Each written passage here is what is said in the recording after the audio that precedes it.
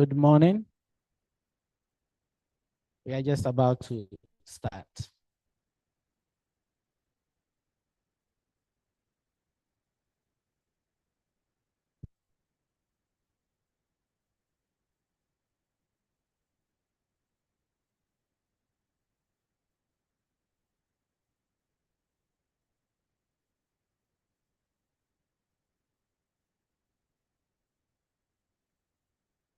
Okay.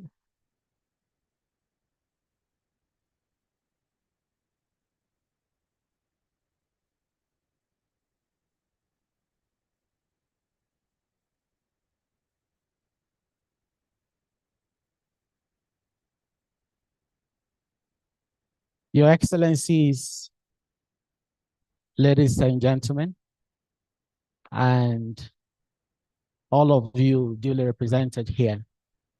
Good morning. Good morning. A couple of weeks ago, we met here in the same room, and for those of you online, we came together in a similar way. And we essentially were interrogating the AU summit, which at the time was about to happen. And all that we were asking was, what were we expecting? And how do we position Africa in the midst of a rapidly changing global space?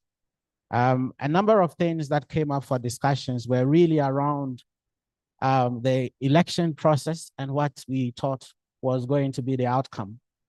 We also, interrogated the timeliness of the theme of the year, which has to do with reparations. And among other things, offered ideas and options on how Africa can position itself, within the global space. And most importantly, we also emphasize the fact that leadership cannot be, sidestepped. It's indispensable if Africa is going to get its positioning right within the Committee of States. It's been a couple of days since we did that. And as we sit here, what was to be, the summit which was to be, has become. And so we are here today to again reflect on what is next for the new leadership we have, what are the key takeaways from the summit, and most importantly, what is it that Africa plans to do with the whole question around reparations. And so I would like to take this opportunity to welcome you to this room at the Skylight in Addis Ababa. And for those of you joining online, to also welcome you to this platform. My name is Andy Asamoah. I am the head of the African Peace and Security Governance Program, and I have the privilege of being the one to pose the questions and not being the one to answer them. And I would like to also state that this event is co-organized by the Institute for Security Studies and the Institute for Peace and Security Studies, IPSS, within the context of our increasingly deepening partnership. The two institutions are very grateful for the support we receive from our donors, which in many ways has made this particular event possible. By way of an outlook of what we are going to be doing, we are going to have the discussions in a Q&A format. And so I will have the privilege of posing a couple of questions to the panelists, and then after which we will all have an open discussion. I will try as much as possible to weave the discussion so that it does not appear each panelist is coming into the line of fire. And today we have a lineup of, very knowledgeable people who are going to help us answer many of the questions that you have on your mind, and we will be asking about the issue of the outcomes of the summit. And so I have a panel. I took the privilege of asking them to sit down before we start. So today we have Musa Sumahoro, a researcher, Institute for Security Studies, who will be helping us unpack the outcomes. Musa, you're welcome. We will be joined online by Professor Thomas Tieku. He is Professor of Politics and International Relations, King's University College at the University of Western Ontario, Canada. Those of you who joined the first deliberation on the summit, he joined online and he did an excellent job waking up at 2 a.m. thereabout to join us online and also to offer sharp, insights Many of us, if you join a meeting at 2 a.m., you are sure you might be saying things you do not necessarily want to say. But he was alert. So thank you so much, Prof, for joining us again. And then we have Dr. Ahmed Bugri. He is Senior Expert and Coordinator, Reparatory Justice and Racial Healing, CEDO at the AU Commission. He will be replacing our sister, Angela Odai, who was supposed to speak on the issues of the reparation. And a note of apology, Ambassador Ibn Chambers was supposed to provide a keynote address. But you know, this is not an issue of life happens. He is the one at the center of the Sudan dialogue, and the preparations and the meetings started earlier than planned today. So he will not be able to join us. If he walks in at any point in time, we will make space for him. But at the moment, he is stuck in the middle of part of the reason why we are here. And so please bear with me as we zoom in straight to the conversations. You will find a code, or what do they call it? A code you can scan to help us with the evaluation. So please take some time to evaluate the discussions as it goes. And so with that said, I think it's time for us to start. It's not easy moderating a panel of knowledgeable people. So wish me well as I join them to start. Thank you very well. Thank you very much.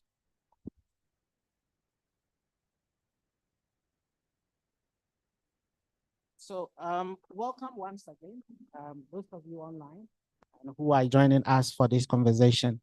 As we indicated, we are interrogating the team, what is next for the new AU leadership. And among others, we will be teasing out the outcomes of the summit and also a number of very important dimensions. So if you're joining us, welcome. And for those of you in the room, welcome. I like to start by posing a context question to my colleague Musa, who has been following the entire summit on all fronts. And I would like to ask him to make things easy for us, to give us what he thinks the top 3 takeaways from this summit is. Summits come, summits go. But in your view, what will this summit be remembered for? Thank you very much, Chair, for the opportunity to be part of such a critical discussion. Excellencies, ladies and gentlemen, I would like to extend my warmest greeting to you all, standing on existing protocol. This summit occurred in a particular challenging context. Africa being stretched between internal challenges and also global constraints. But the AU summit once again has been quite prolific in terms of responding decisions. From the draft outcome document, we see 38 decisions made, covering 6 major thematic areas. But Chair, allow me to delve into 3 of them, which I believe will give us the most interesting outcomes. The first is the leadership transition at the AU, which I think is the agenda item that captured attention more than any other topic. So interestingly, we've seen Djibouti winning the AUC chairship race, while everyone was expecting Raila. But we've wanted to know more about the outcomes, looking beyond the scorecard.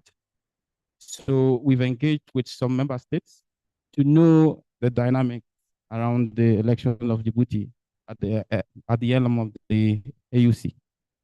So we discovered that Djibouti's campaign played a lot, because the candidate was able to project more technical capacity and clear plans as compared to his contenders.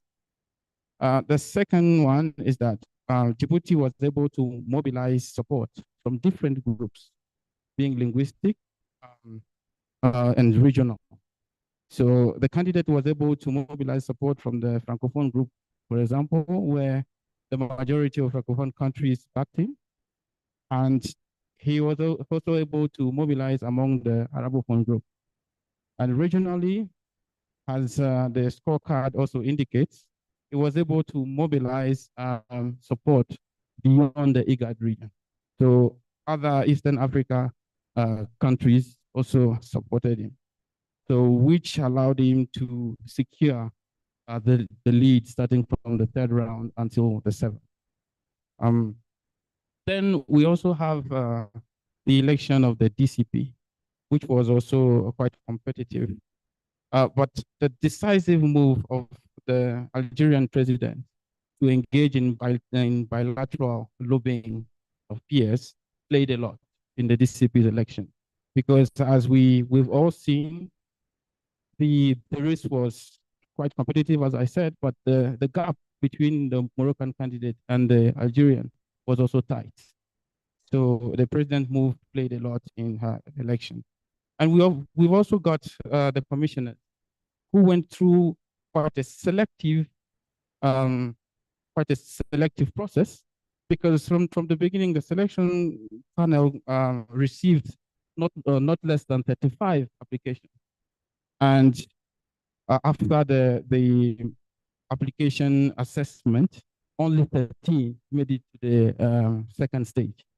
And of the 13, only 11 were brought to the Executive Council attention for consideration. Then ultimately, 4 portfolios were finally filled by the Executive Council. Southern and West Africa sharing 2 portfolio each. So 2 positions remain unfilled, and they will be examined probably in July 2025. So that's about the leadership transition. The second area I would like to touch on is managing peace and security on the continent. So seeing the peace and security seizing the Sudan and DRC crisis on the margins of the summit tells us that African leaders remain preoccupied by peace and security challenges affecting the continent. It's a good signal, but to me, my major takeaway here is that the likelihood of those 2 meetings remaining business as usual is high. Because when you read the communique stemming from the DRC meeting, you sense that it's a reiteration of previous recommendation made, particularly about strengthening coordination between the major players in managing the DRC crisis. And there's also the revitalization of the different ongoing processes, such as Luanda and Nairobi processes. So what is needed here to me is that the PSC needs to move beyond decision-making to concretely act on the crisis in order to transform them effectively. Then the third element I would like to touch on, and I think might also be interesting to everyone, is the reform process, which seems to have regained a lot of interest in among the top leadership. So the assembly decided to establish an oversight head of state committee for the reform. The committee is composed of the champion, Kenya, and the 5 members of the AU Bureau, including the Angola, who is the chair. And there's also a summit that is scheduled for July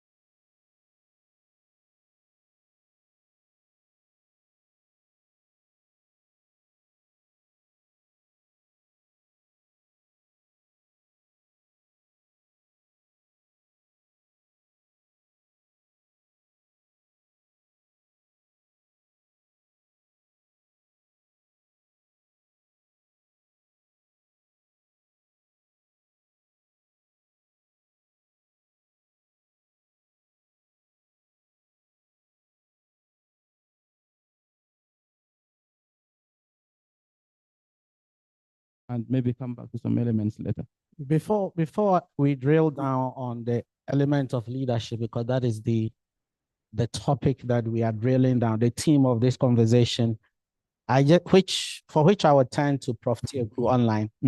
But I wanted you to tell us why you think these are the most important, because you gave us a sense of a tall list of decisions that were made. Why are these defining these top three? Yes, I delve into these three topics and electing them as my top three, because first of all, I would say this year the main objective of the summit was the leadership transition, with no doubt. And second, the reason why I also included peace and security is that it's one of the continent's main challenges. And in 2025, the continent was woken up abruptly with the DRC and the Sudan crisis escalating. So there was an urgent need there to address those crises. And head of state seizing the opportunity of the summit to address them was, for me, a major happening. And the reform process, we all know that working at the AU is really slowed down. And if we need to meet our objectives, and then I'm alluding to Agenda 2063, we need a robust driver, which is mainly the AU Commission. So talking about expediting the reform process, to me, is a major one. Thank you. Prof, I would like to, turn to you, if you can hear me online. I can hear you live and I just want to ask you, he spoke about three things, and the leadership, from the way he unpacked it, took a bigger chunk of even the emphasis of his time, which might, align with all our expectation that the leadership part was very central to this particular summit. I just want to turn to you for a drill down. What would be your three top takeaway from the leadership process? I know, you were very eloquent about what to expect and what not to expect and the ills of the process. What are your takeaways now? Thank you so much. It's a pleasure to join you. And can you hear me? Yes, we can hear you now. Okay, wonderful. Thank you for the opportunity. I have three takeaways. The first one is that, in my opinion, identity matters. And identity not in terms of geography or region, as the rules of the game seems to have indicated, but identity in terms of linguistic representation, right? Being a Francophone, Anglophone, and Arab was very significant in the election process. And Ambassador Yusuf strategically positioned himself as a bridge between these three cultural and linguistic traditions. And I think that was key to his success, right? And to some extent, I wasn't too surprised that he ended up winning, because it was an attractive proposition compared to you positioning yourself as just an Anglophone candidate or even a Francophone candidate. The challenge for him, though, is now his ability to maintain this balance without creating the impression that he is a Francophone chairperson, because already there's a school of thought or the perception that the AU is increasingly becoming a Francophone bureaucracy, and he cannot afford to feed into that particular perception. And this is why I think what is going to be very important will be the people that he appoints as a chief of staff and advisors. Is he going to be surrounded by a broad-based coalition, and to ensure that the Anglophone feels represented, Francophones feel represented, Lusophone feels represented, and even those who speak Swahili? That is going to be key. So that's my first takeaway, and that's what I'll be watching for. The second takeaway, in my opinion, is that the leader seems to want to send a clear message that the commission is not a retirement home. For the first time, I think we've seen a much more younger generation slate of commissioners.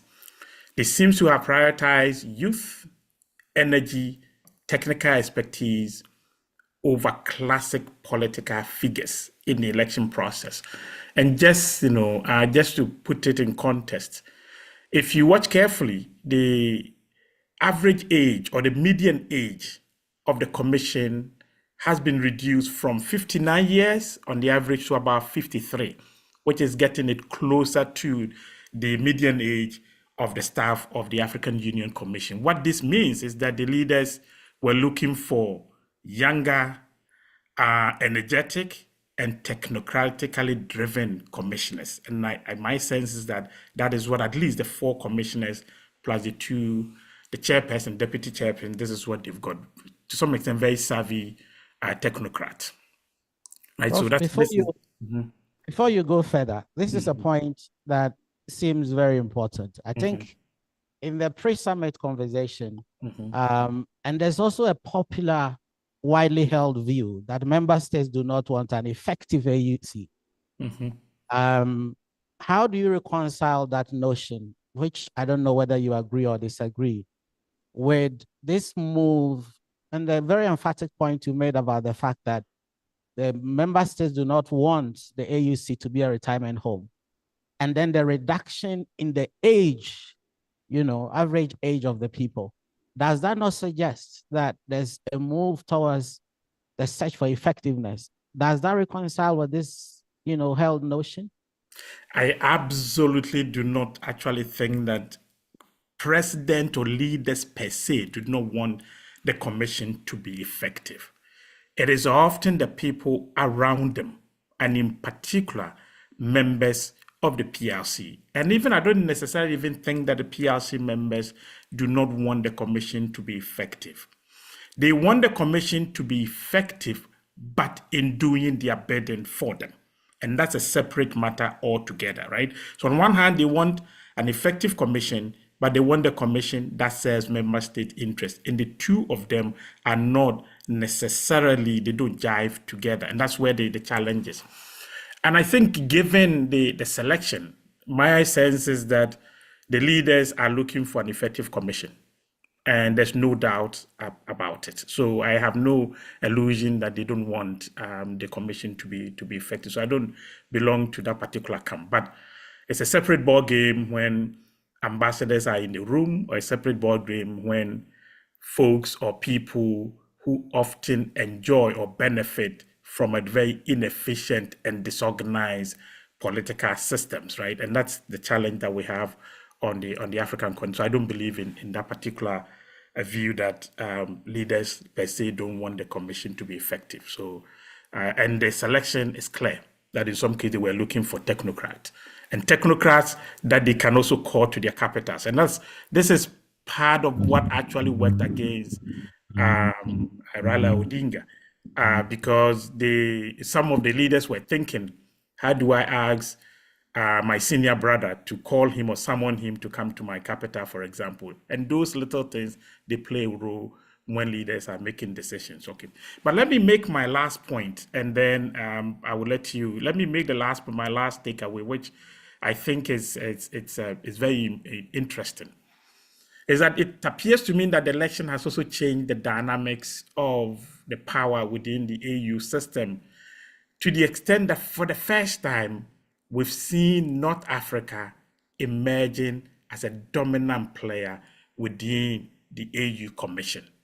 If you watch carefully, since the AU was created, North Africa has traditionally been underrepresented at the very, very top, chairperson and deputy chairperson. But for the first time, we are having a North African as the deputy chairperson.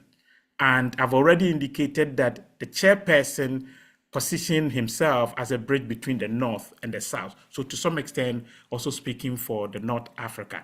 And more importantly, and this is the dynamics that I want to bring to the room, because it's going to be very fascinating watching. The Director General of the African Union is also from the North Africa. So we have number 2, number 3. Director General is effectively the number 3 person within the commission, in the bureaucratically speaking. And then to some extent, number 1. All of them from the northern part of African continent. You can analyze it in so many different ways. But what I'm going to be watching for is the relationship between the office of the chairperson, the office of the deputy chairperson, and the office of the director general. Not only because of the Algerian, Morocco tension, but more importantly, institutionally, if the deputy chairperson is very effective, she will render the director general useless. And if the director general is very, very effective, he would likely go to the turf of the deputy chairperson. And that tension and that relationship is going to be very important going forward. And this is what I want to put on the table for people to watch as the new commission start getting onto the business of managing the affairs of the commission. So thank you so much. These are the 3 things that I wanted to highlight. Andy.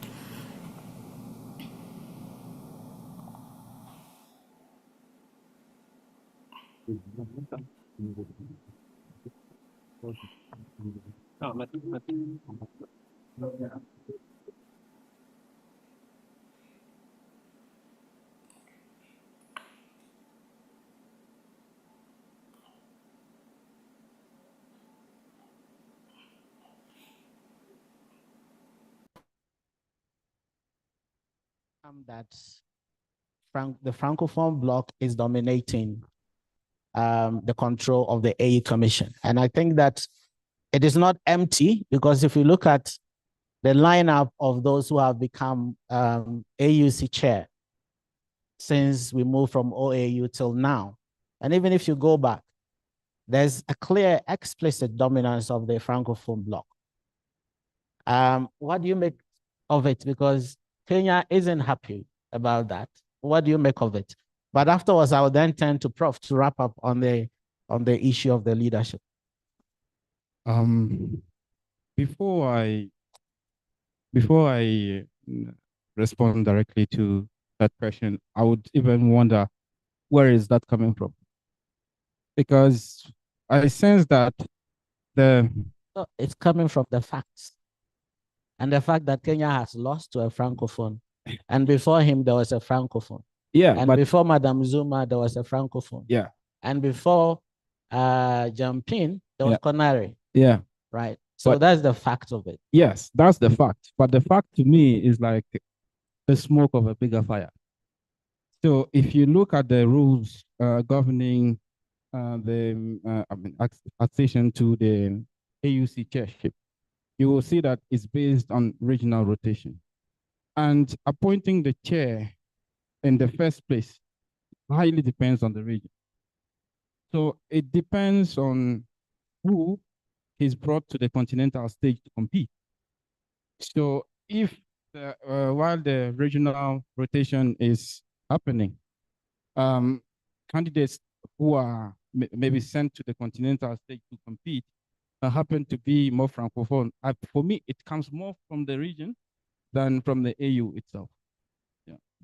But before I turn to Prof, do you think that this jinx will be broken at any point in time?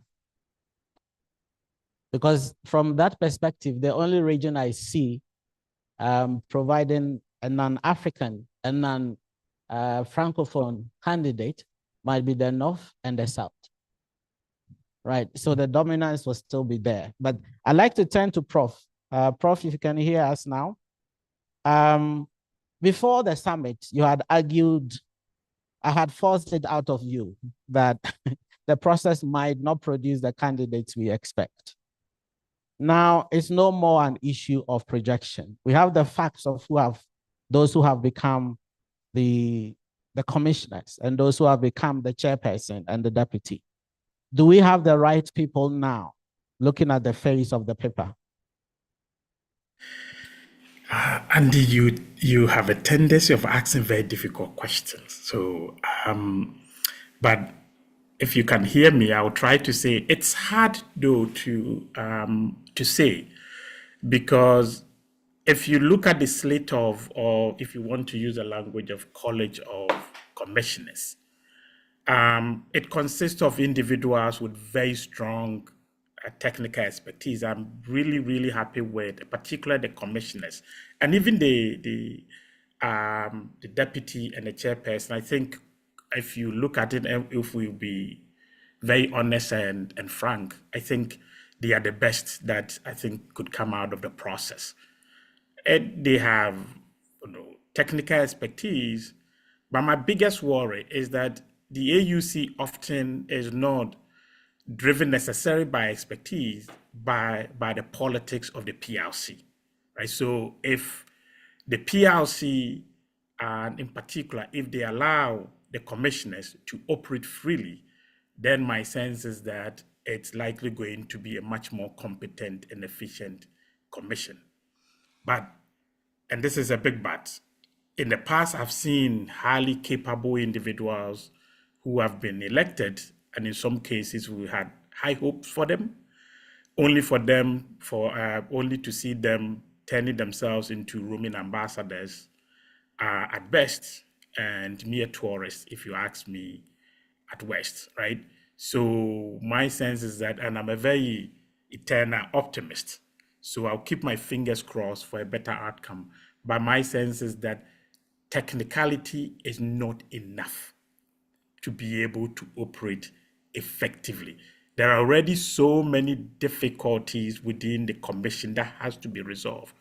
And my sense is that the outgoing, or the commissioners that left, did not really dealt with a number of the teething problems. In particular, the SACA process. They should have managed it in such a way that the 60% individual that they felt are in the wrong places within the commission, they should have addressed that particular issue. They should have addressed the issue of promotions of people within the commission, and then they should have also addressed the pertinent issue of not having any retirement package or pension plan for the commission. So there are a lot of problems that these new commissioners are going to be dealing with. And my sense is that that would take their mind away from running or engaging in the bigger question, because of the problem that has been left behind for them. But as I said, I am an eternal optimist, so I'm hoping for the best. Dr. Ahmed, I haven't forgotten you. I will come to you, but I want them to exhaust the conversation around the summit before we zoom in onto the team of the year.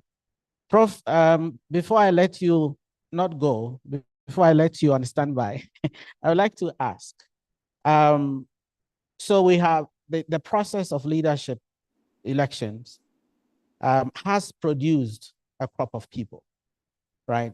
Whatever the mix is, whatever the contention is, they are going to be at the helm of affairs for 4 years. First of all, two things. What is on the card for them to resolve? What should they do? What is next? And I think this is at the heart of the conversation today. So spend a bit of time, and Musa, I'll come to you if you want to add anything, but spend a bit of time touching on what is ahead for them. And most importantly, the room is filled with member states. What should member states do at this point? Not towards achieving an ineffective AUC, but what should they do with these people to achieve AUC 2.0, if I could put it that way? Thank you, Andy. Let me start with, for me, what has always been, I've been studying AU for a long time. And I think member states, what I'll tell member states is that please give the commissioners the space to at least do the best work they can. Number one, I know that there's often a tendency for PLC members to jump in and to think that they can micromanage the commission. My sense is that if you look at the PLC, it is institutionally not well designed to do that job because it doesn't have that institutional memory. 3 years you be in at this, and then after 3 years you leave. And in most cases, the one who is coming doesn't have the kind of institutional memory to carry on from what you have done. So it makes it really difficult for you to micromanage these commissioners. The second thing that I also would say is that as people who are coming to, most of our missions are not staff with so many people. You have too many things to do, and the AU is one of a number of things that you need to do.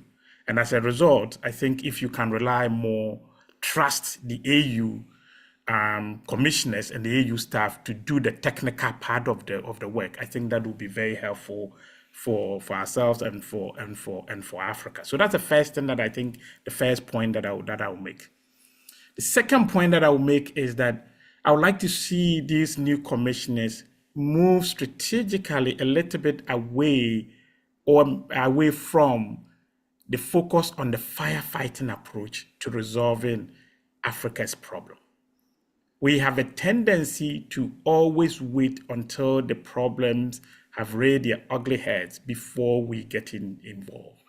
I'd like to see us move away, not move completely because we still have to do the firefighting, but pair the firefighting with a more long-term anticipatory approach to addressing some of the challenges. And what do I mean? So for example, on the issue of peace and security, which I know that is going to be one at the front and center of the new commission. It's good to do peace support operations. It's good to be able to organize meetings and dialogue. But I think what I would want us to do, or want the commissioners to do, is to move to look at the long-term governance problem that we have on the African continent. The problem we have on the African continent is the problem of management of our wonderful diversity, which can be a resource for us. But it's been very difficult for us to accommodate the different diverse group that we have on the continent. So addressing it in such a way that different groups feel represented in our governance system is going to be very, very important. Our political system seems to marginalize certain groups. And if you watch carefully, most the sources of our conflict are they come from almost similar things. If you look at it, if you look at most of them, they may come from usually from a redentist group or secession groups or people who want to separate because they feel that their people have been marginalized, because the elite from that space have not been accommodated enough in the political system. So I like to see us have a frank discussion about that. Number two, I like to see us focus much more on the bread and butter issues. If you look at research, long-term research tells us that anywhere there's food insecurity and there are economic challenges, it tends to produce insecurity, right? Food is one of the important indicators of conflict around the continent. So focusing on making sure that we use our agricultural resources effectively to make sure that we have enough food for people to eat is going to be very, very important, I think. And I like to see more of that emphasis placed on that. And now we have a new commissioner for agriculture, and I'm hoping that we would make agriculture the center of our I think, not just only to produce food, but also make it attractive for the young people to find it as a place where they can make a living. We are still predominantly a rural continent, right? Majority of Africans are still in the rural areas where land is still very important, agriculture is very important. So providing that space is going to be very important. I like to see that. The next thing I like to see a focus on is a systematic attempt to really ensure that we bring the young ones and we encourage them to participate effectively in every aspect of our society. We have a youthful population, and yet we have marginalized them in some cases or not engaged them enough. These youth, they have a lot of energy. If you don't find something useful for them to do, they will find something that is not so useful for themselves to do, right? So finding a way to keep a lot of them in school or finding them in very gainful employment, whether recreation or anything, is going to be very important going forward in terms of the focus of the new commission. And the last point that I'll make in terms of the new commission, the AU, I've always said, is a wonderful institution for African political elite. But for ordinary African, it is so distant. And I like to see these new commissioners place a bit of emphasis in connecting AU to the so-called ordinary people, making sure that the AU is more connected to Africans. So move away from AU of five-star hotel and AU of barricades to AU of the people, right? That's how I like to see, by bringing in young people, hosting event. And I've always said the same thing. Why is it that when AU has to host an event, it has to be in a five-star hotel? Why are we not making good use of the venues that we have in our various universities to host events, to cultivate the next generation of Pan-Africanists, to bring in the young ones, let them know that the AU is for them and bring them on board, right? Rather than making the AU of, people say it's an AU of member states. It's not actually a member state. It's the AU of government. So we need to move it away from AU of government to the AU of member state, of AU of people, in which majority of Africans are deeply involved in the affairs of the organization. And these are the things that I think I like to highlight, right? Governance, focus on agriculture and employment, particularly the production of food, addressing our marginalization, and connecting the AU to Africans, to ordinary Africans, making them feel part and parcel of the AU. So these are, I think, for me, these are the things that should be at the top of the priority. And I listened to the chairperson carefully when he was campaigning. It appears that he has highlighted some of these issues. In particular, he wants to focus on conflict prevention and early warning, which is wonderful, but I want it to go deeper than just early warning, to place emphasis on some of the preventative measures rather than us focusing so much on the firefighting mechanisms and reacting to conflict rather than addressing the root causes of the conflict. So thank you so much, Andy. Thank you, Prof. At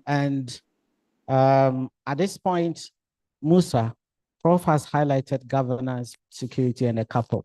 Can you just mention if there are any issues you want to add without drilling down, because people may understand?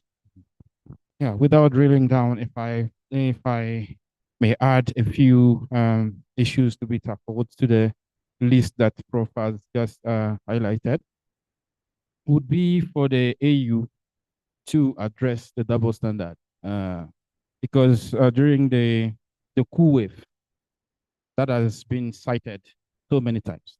So that's one. And the second one goes to the member states.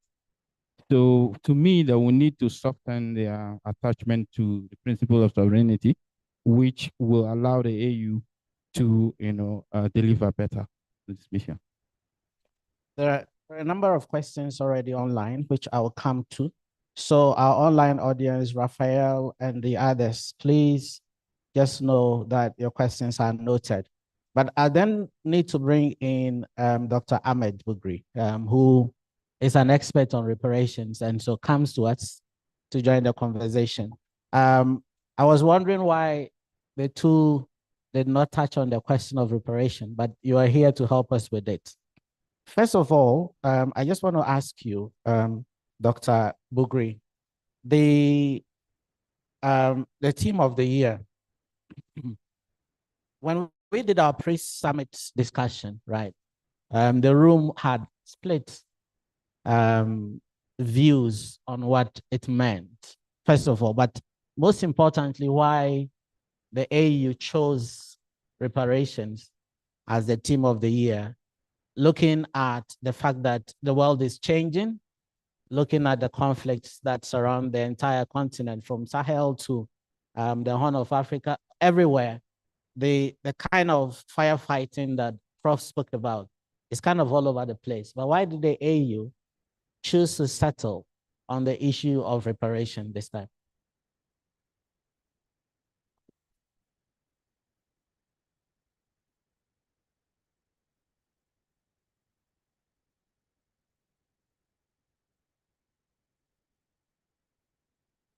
Okay. Hello. Okay. Good morning, everyone.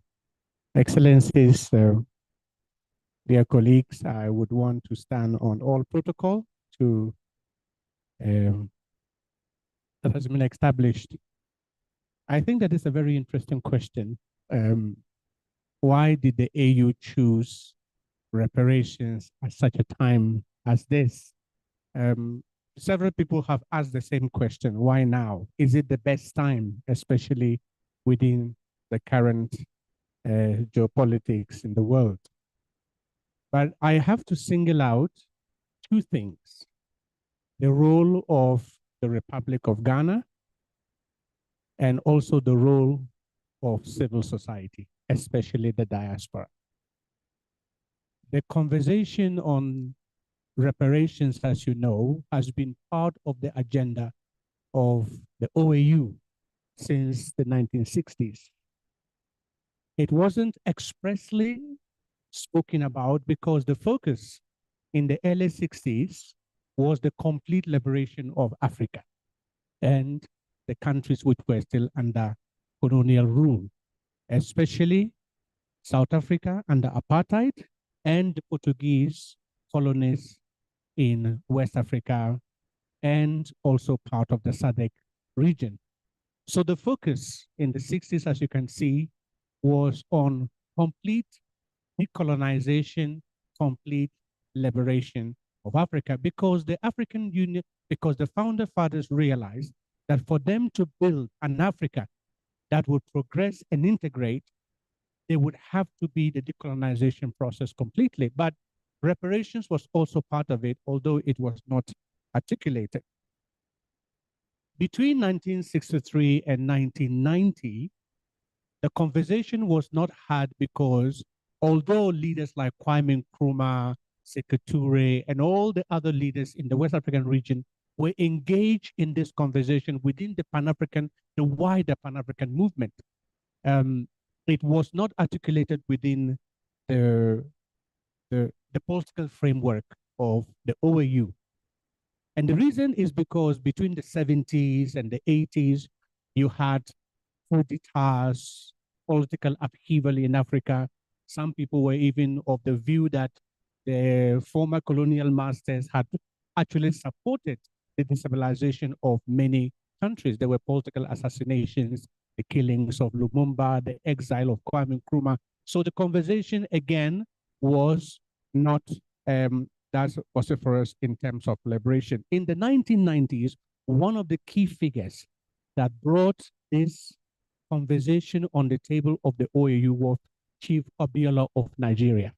And it has been written that he went to the UK, and also his links with the Black caucus in Congress in the USA came back and began to push the process for reparations for Africans, because he believed, as he had attended meetings in the UK and other places, that it was time to put the idea or the concept or the notion of reparations for Africans on the agenda.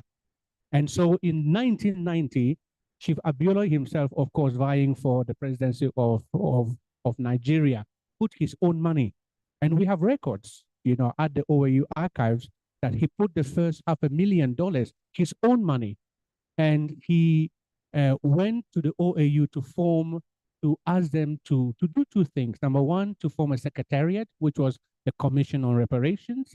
And secondly, that he would support the empaneling of a group of eminent persons who was a 12-member strong, to kind of appraise or raise the political agenda for reparations in Africa.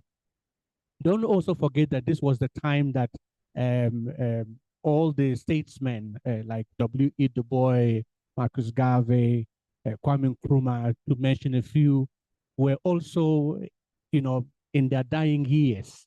And so Chief Abiola took this, put the money, formed the secretariat in Abuja. And so when the African Union, through its commission, the Reparations commission empaneled the 12-member group of eminent persons to develop a political agenda. It was based on three things. One, that Africa was owed reparations based on moral grounds.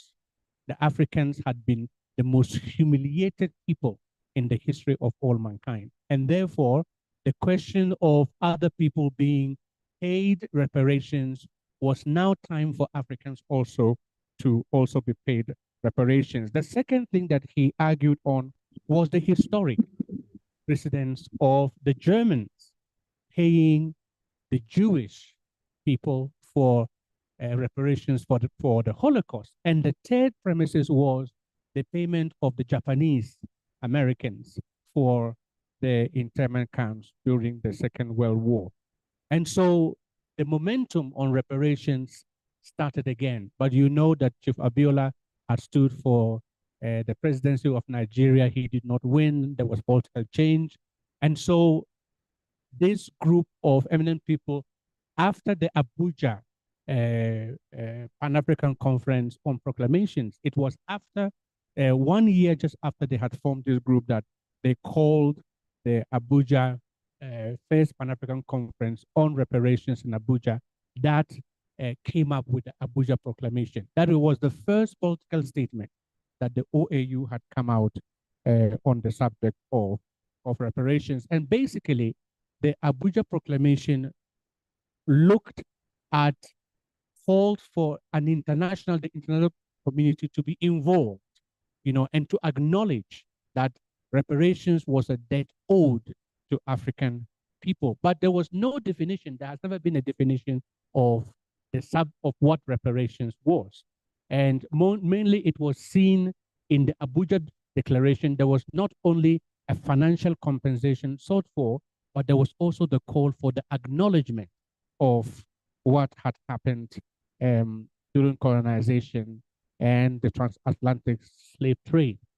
So the conversation again died down until 2022 in August, when a group of diaspora organizations, it was the Global Circle on Reparations in the US, the Africa Transnational Justice Legacy Fund, and AAI, the Africa America Institute, organized a summit in Accra, a diaspora summit in Accra called Advancing Justice and Racial Healing, that brought together, again, Black activists, academics, and all the other people, that centered on the harm caused to Africans, not just economically, but the physical and the emotional harm that was caused to Africans. And so the Accra Diaspora Summit centered on healing. And for the first time, the issue of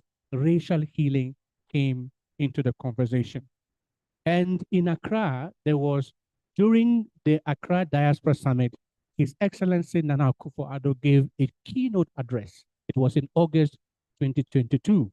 And in his keynote address, he called for the political engagement of the governments of Africa to resuscitate the conversation on reparations.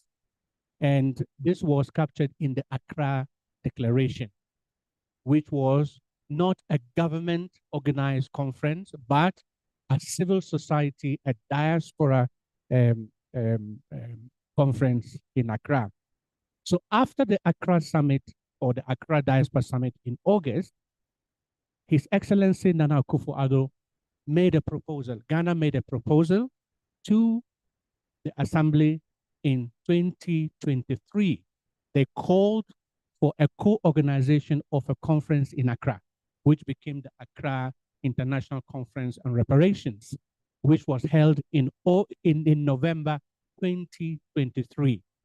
And the Accra Proclamation was the result, the outcome document of the Accra Reparations Conference. And the Accra Reparations Conference, in building on the Abuja Proclamation, looked at the institutionalization of reparations as institutions within the African Union framework. So it called for the establishment of certain mechanisms, again, taken from Abuja, that was the establishment of a committee of experts that will come up with a common African position on reparations. Because as we speak, there is no African position on reparations. There is no definition on what reparations is.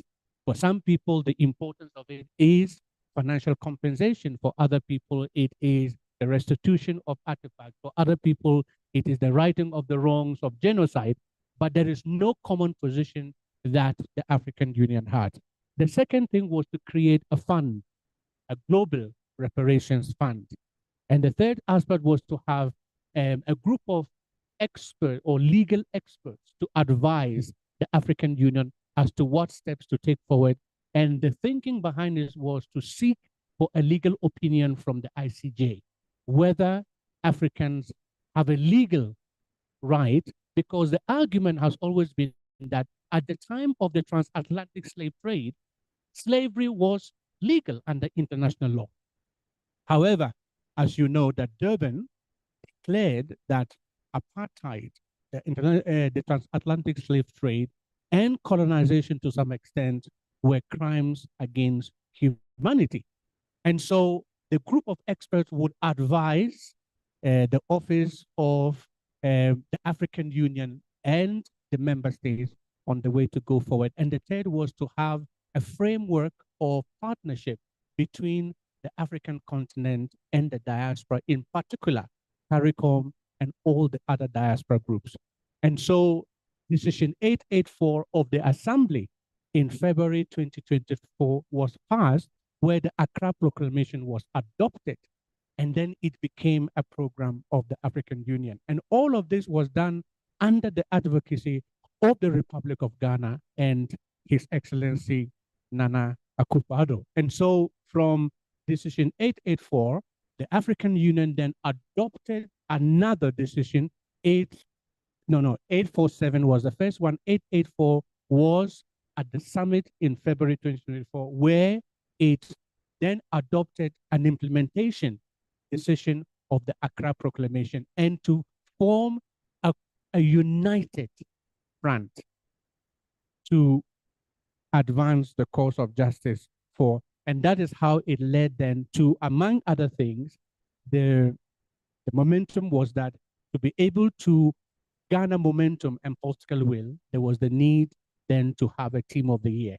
And that is how this team of the year came about, that the African Union then dedicated the two things, appointed His Excellency Nana Akufo-Addo as President of Ghana, as the leader on advocacy for the advancing of reparations for Africans. And number two, it declared 2025 the team of the year as justice for Africans and people of African descent through reparations. My sense is that it did not just drop from the skies, but there are two things that you mentioned, actually three, which for me serves as the segue to my next question. You touched on, and definitively, you were very emphatic about it. You said there was no definition of the concept so far. And it looked at some point, people were looking at it merely as payments. And then you also said that there's no African position on reparations as of now. And so I keep asking, the fact is that some block of people are not necessarily very comfortable with the subject. And the fact that we do not have an established definition does not help. As the team of the year, therefore, what is the way the AU is conceptualizing the question of reparation? If you look at the concept note, and as we were drafting the concept note for the theme of the year, the first thing is to officially note that Africans are owed reparations. How is what the theme of the year now is going through consultation will define. That is why the next steps is to have the group, the committee of experts who will be eminent people from Africa who are able to then sit and define what, if we say in Africa reparations, what do we mean? Of course, reparations is a term that is defined under international law. There is the element of restitution. There's the element of restoration. There's the element of not repeating whatever has happened. But how the form that is going to take is what this committee of experts will be then mandated to do. But as we said, for us, the concept note makes it very clear that reparations is not only about going to receive money or going to go and say, give us a check. When you are speaking to an American diaspora who looks at reparations, for American diaspora in our consultation processes, giving a check is very important. In fact, they will always say, cut the check. Yeah, they have a slogan. For Africa, it is about the justice and the repair that the continent is demanding.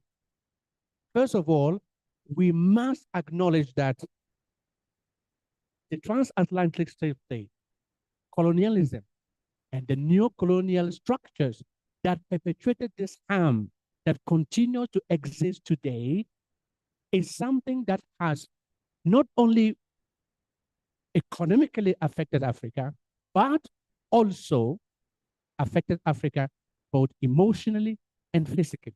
One of the issues that was discussed during the summit was the decolonization process of the boundaries of Africa. You can see that we are struggling in Africa to have freedom of movement. Why? Because in 1884, 1885, a group of people in Berlin decided to cut Africa into pieces and divide us.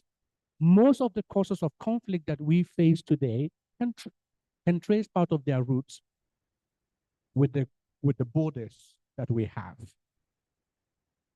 That is just one part of it. Africans cannot travel.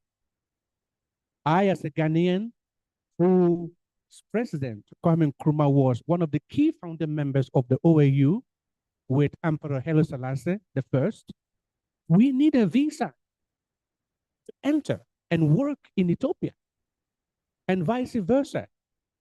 One of the most restricted places to travel is Africa. Why?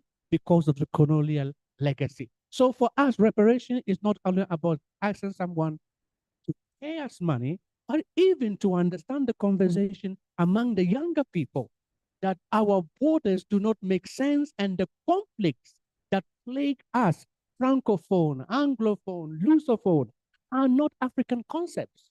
Their roots are traced back to the transatlantic slave trade and colonization. So there must be reform, not only within the African continent itself, but within the international framework. We are calling for the reform of the UN Security Council that will include 2 permanent seats for Africa. So for us, reparations is a wider conversation that must be had among Africans themselves. But those who came to perpetuate these so-called crimes against humanity must take responsibility and acknowledge, and if possible, apologize. And then we can then have a conversation as to how can we go forward. What forms of restitutions can happen. But this year, that is why it is very important that this year, the framework will then be laid of what will happen in the future. And this will happen from, I can tell you, from a grassroots approach. We want to take a citizens approach, because it is the citizens who are going to benefit, but they've also been, if I may use the word victim, for lack of a better word, of whatever has happened. So it's not going to be a politically led process from the top to the bottom, but hopefully in the consultation processes, civil society organizations, the private sector, the academia, the people on the street will then have to then re-speak about colonization and what the impacts have been. And when we have the populace take a stand, then they can then be able to influence the political decisions that our leaders are going to take.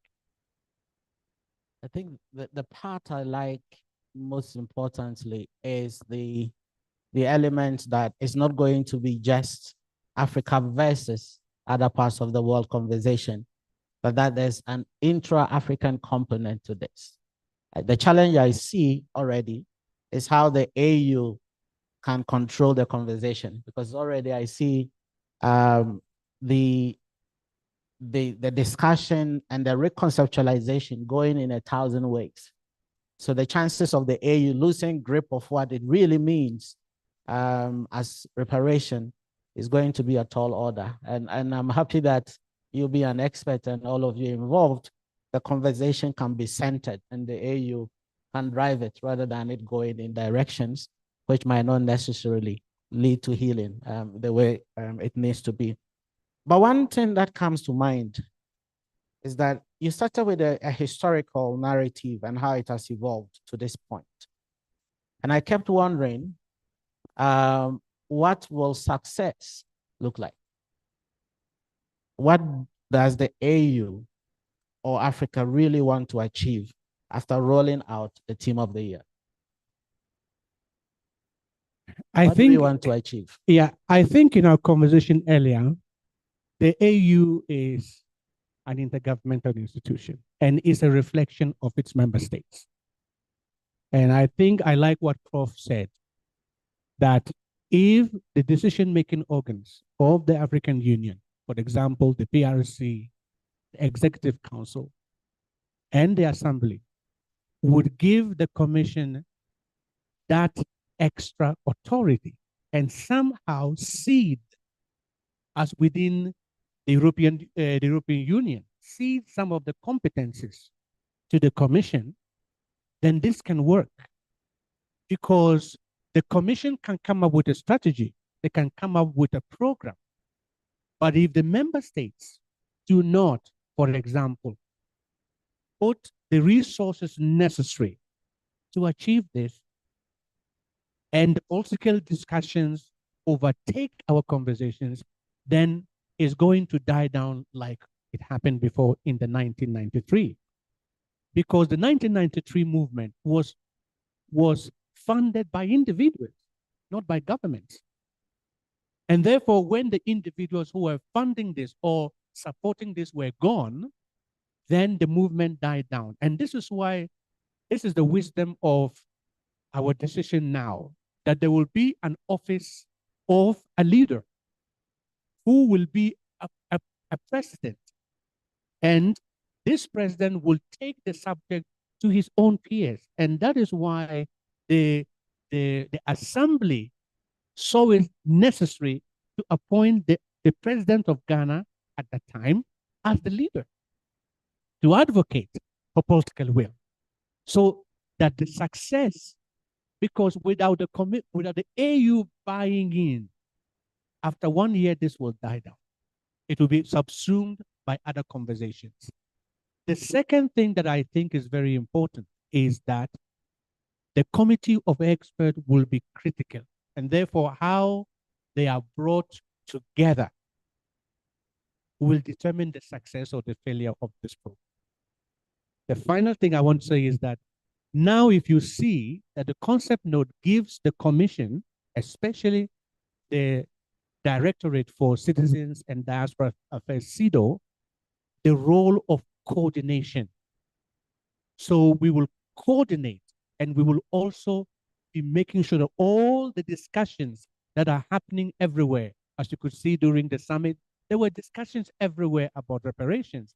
But we have to find a way to bring all those discussions through the AU mechanisms to put it on the agenda of the Assembly. We can discuss all we want. We can make resolutions all we want. But if a civil society, like our conversation today, does not find its way into the processes of the STC and find itself to the PRC Executive Council, it will be a conversation that will end in this room and will have no impact. Therefore, the coordination mechanism of CEDAW is very crucial, that we are able to open up, and thank you for inviting us here, so that whatever is happening, we will be able to take these processes back to the leadership of the African Union and say, this is what the populations of Africa are speaking about. So the success of this will depend on this coordination mechanism that we are going to create internally at the African Union Commission itself. It's time for me to turn to, the conversation, the Q&A part. But I have still one outstanding thing on my mind, which has to do with what are you planning to do from the programming part?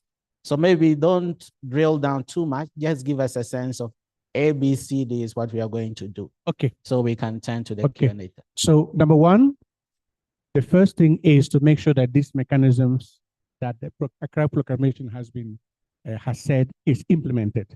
So the first thing is to do an assessment report. The Assembly has tasked us to do an assessment report as to the legal, financial, the structural implications of having a committee of experts, or having a group of legal experts, or having, how do we create this reparations fund? So that's the first thing that we're going to do, the institutionalization or the operationalization of these mechanisms. The second thing is to be able to have dialogues, consultation dialogues, so that we can then be able to create a framework as to how we can go forward. The final part is communication and dissemination, knowledge production, retelling the narrative, and making sure that we tell the story from the African perspective.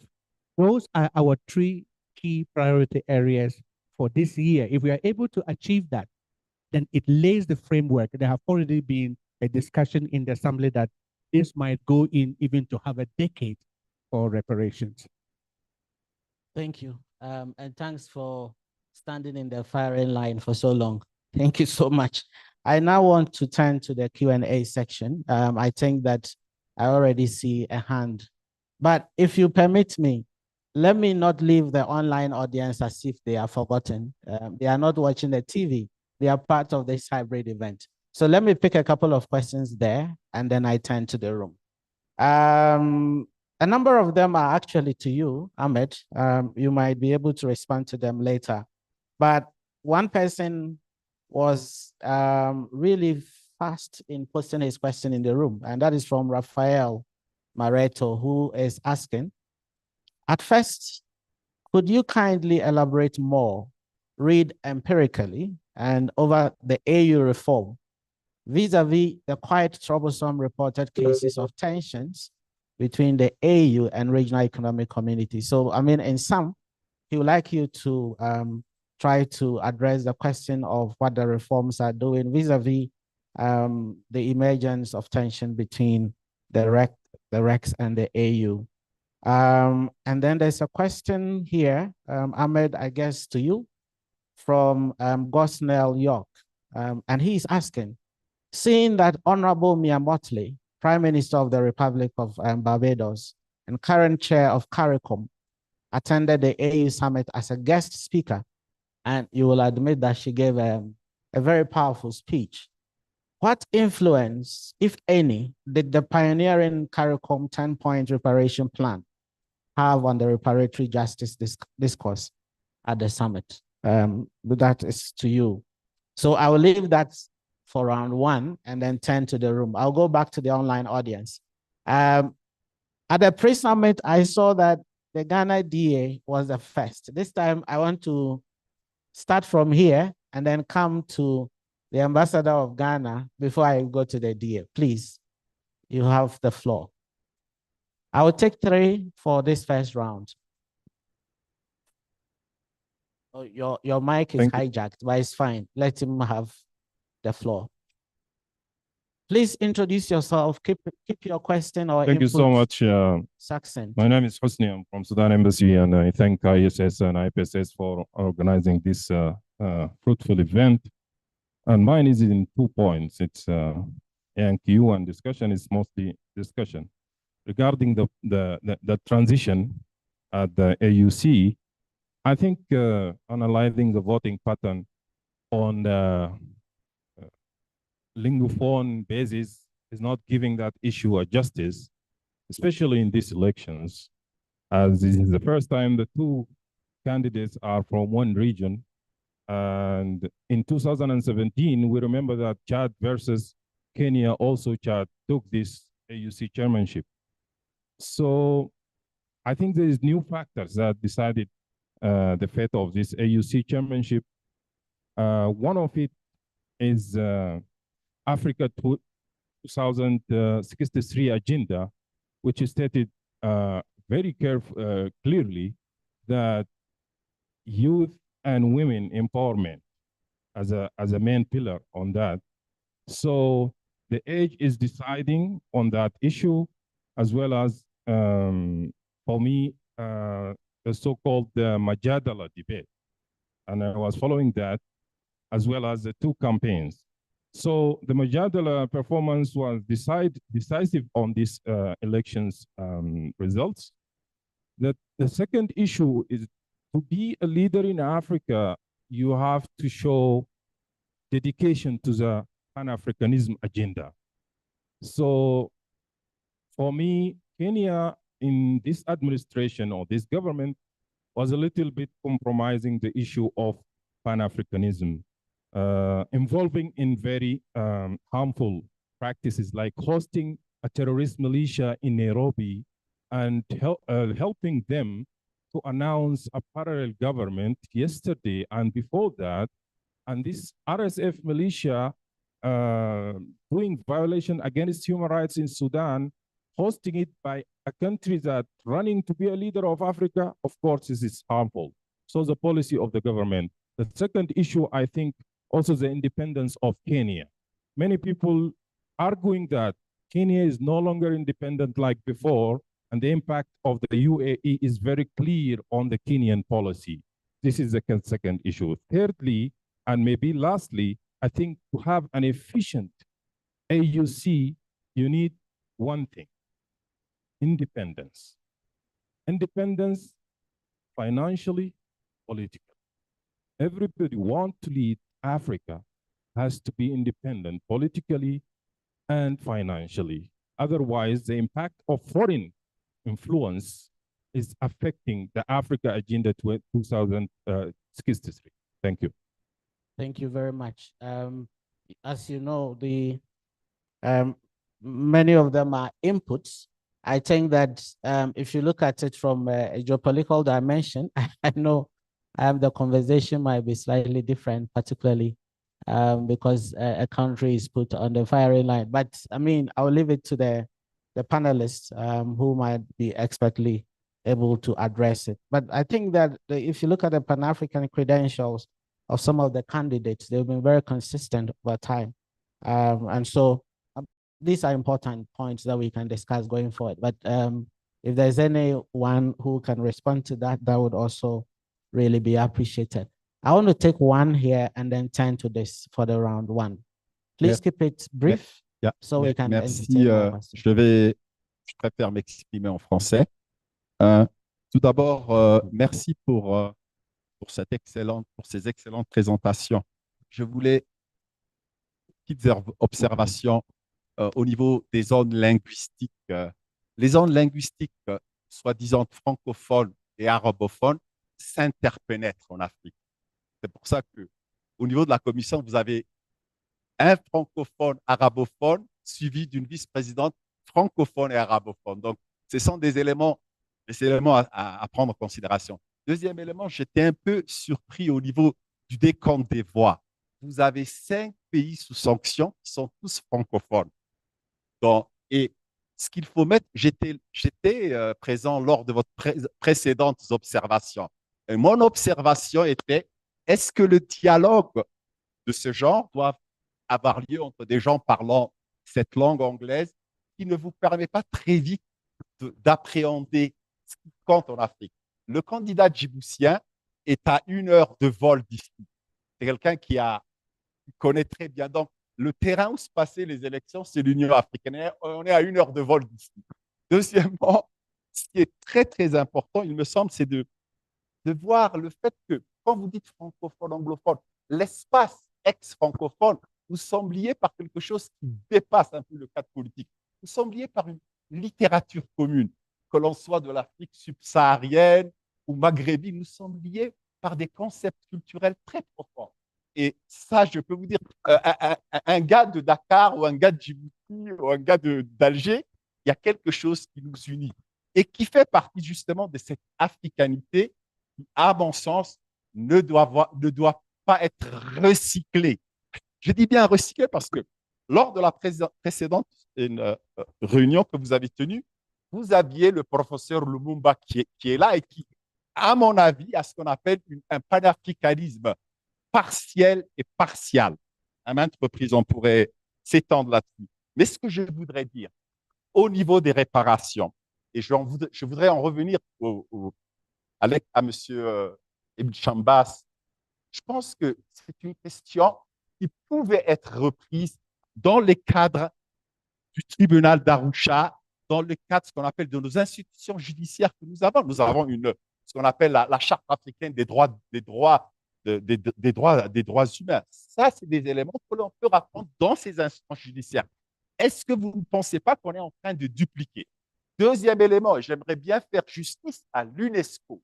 L'UNESCO a fait ce travail déjà il y a plus de 10 ans. Donc, la question, ce qu'on appelle des réparations, et l'histoire oblige, l'esclavage est encore présent en Afrique. En 1935, à la Ligue des Nations, le pays qui était mis sous sanction pour des questions d'esclavage, copie. Et l'esclavage est présent au sein de nos sociétés. Donc, dans ces définitions des réparations, placez-vous. Je ne voudrais pas citer certains pays, pas créer aussi d'autres. Vous avez la Mauritanie. Donc, c'est une question. Vous avez raison de réconcilier. Mais est-ce que nous avons besoin de refaire la roue? Nous avons des institutions judiciaires au niveau d'Achdoucha. C'est là-dedans. Et un troisième élément, et c'est l'élément le plus crucial qui a été inauguré, la question géopolitique, ce que nous avons hérité, c'est le respect des frontières hérité du colonialisme. Et tout le problème tourne autour de ça. Le danger numéro un qu'on devait adresser, c'est la question des frontières. Et je pense que les Émirats arabes unis sont dans le pipeline. Donc, cette question que l'on doit adresser et qui est à l'origine de toutes ces questions de paix et de sécurité. Adressons-les parce que dans cette région de la Corne de l'Afrique, nous en savons quelque chose. Je vous remercie.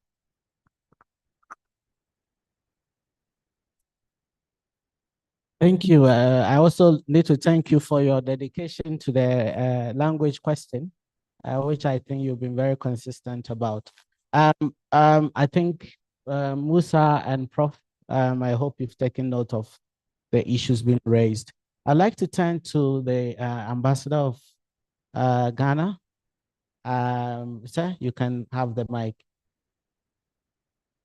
on that side. Chairperson, we are also online if you can give us a chance. Who raised their hands? I have taken 3 questions online, so I'll come to you in the next round. Thank you very much, Dr. Atasamwa. Thanks for not letting me feel left out. We are dealing with issues that you can see have clearly stoked passions. I've always said that the opposite of love is not hatred, it's indifference. And so to the nuance, they understand that. And because people love the continent, they are very engaged. And that is where I'm coming from. I'm bringing 2 main points. But I first want to appreciate the input made by the panelists. You have given a lot of detail, and I see you came prepared. And it has been enlightening listening to you. You have also been provocative without being insulting, which is a whole art. So I thank you for that. The first thing I wanted to talk about was listening to Professor Tieku. His inputs were great, but I have a very strong point of disagreement when it came to the PRC, because a set of assumptions were made, as though member states do not want the commission to work. If you know the constitutive act of the AU, the member state is clearly stated as a secretariat for the union. The AUC is not another member state. It is the secretariat of the union. And the union is made up of 55 member states who pay, assess contributions, and seek effectiveness and efficiency in the work that is carried out. And when we talk about trust, that we should exercise a measure of trust, any mature person knows that trust is not assumed, it is earned. So when we look at things like audits, etc., we expect certain changes. And if it doesn't happen, it behoves on us to hold the feet of those we have employed to be our secretariat, to be accountable for the resources that we bring from our member states to them. So this is not a textbook prescription, this is reality. I come from Ghana, which is a democracy. Even my ministries, that's the foreign ministries budget, has to be subject to very strong process of audit before it's granted.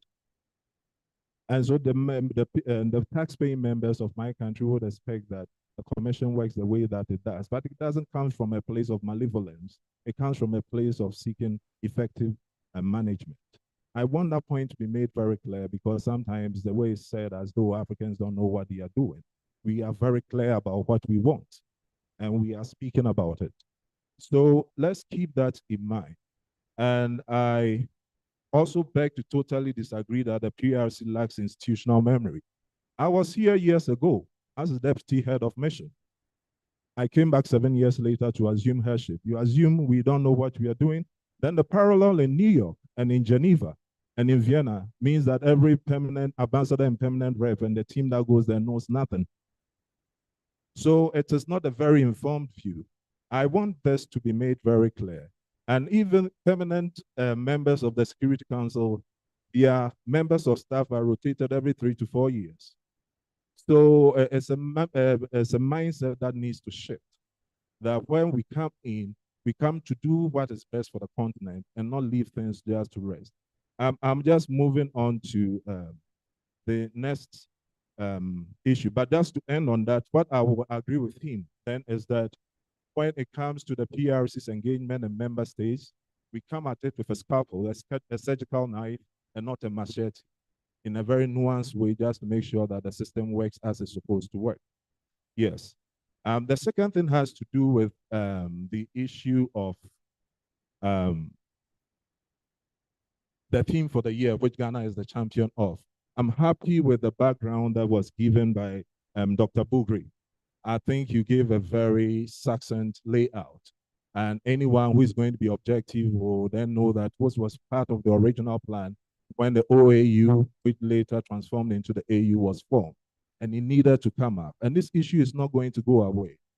I have heard in certain contexts people ask this question, why reparations? My answer, and why not? And people say, what would you do if money were given to you? Of course, there's a whole broad spectrum.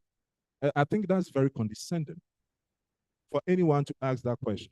400 years of enslavement, 100 years of colonialism, and you don't want to see any form of reparation? This is not a people who can be taken for granted. I come from Ghana, for example. We are not aggressive, but we are very assertive. It wasn't by chance that we were the first country to become independent in sub-Saharan Africa. And I want that to sink in. Don't cut in, I'm just about to round that up.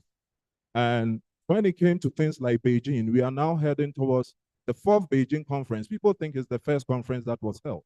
It was the 4th Beijing conference that set out the 12 key points that women wanted to have touched on. People think the Beijing conference was the first one. It started in 1975. Now we can't do anything without talking about gender mainstreaming and women's concerns.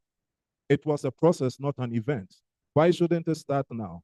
Why shouldn't it be placed on the burner? Why shouldn't we come to a common African position like we took time, like 20 years to get a common African position on the reform of the UN Security Council? So the process has been set in motion.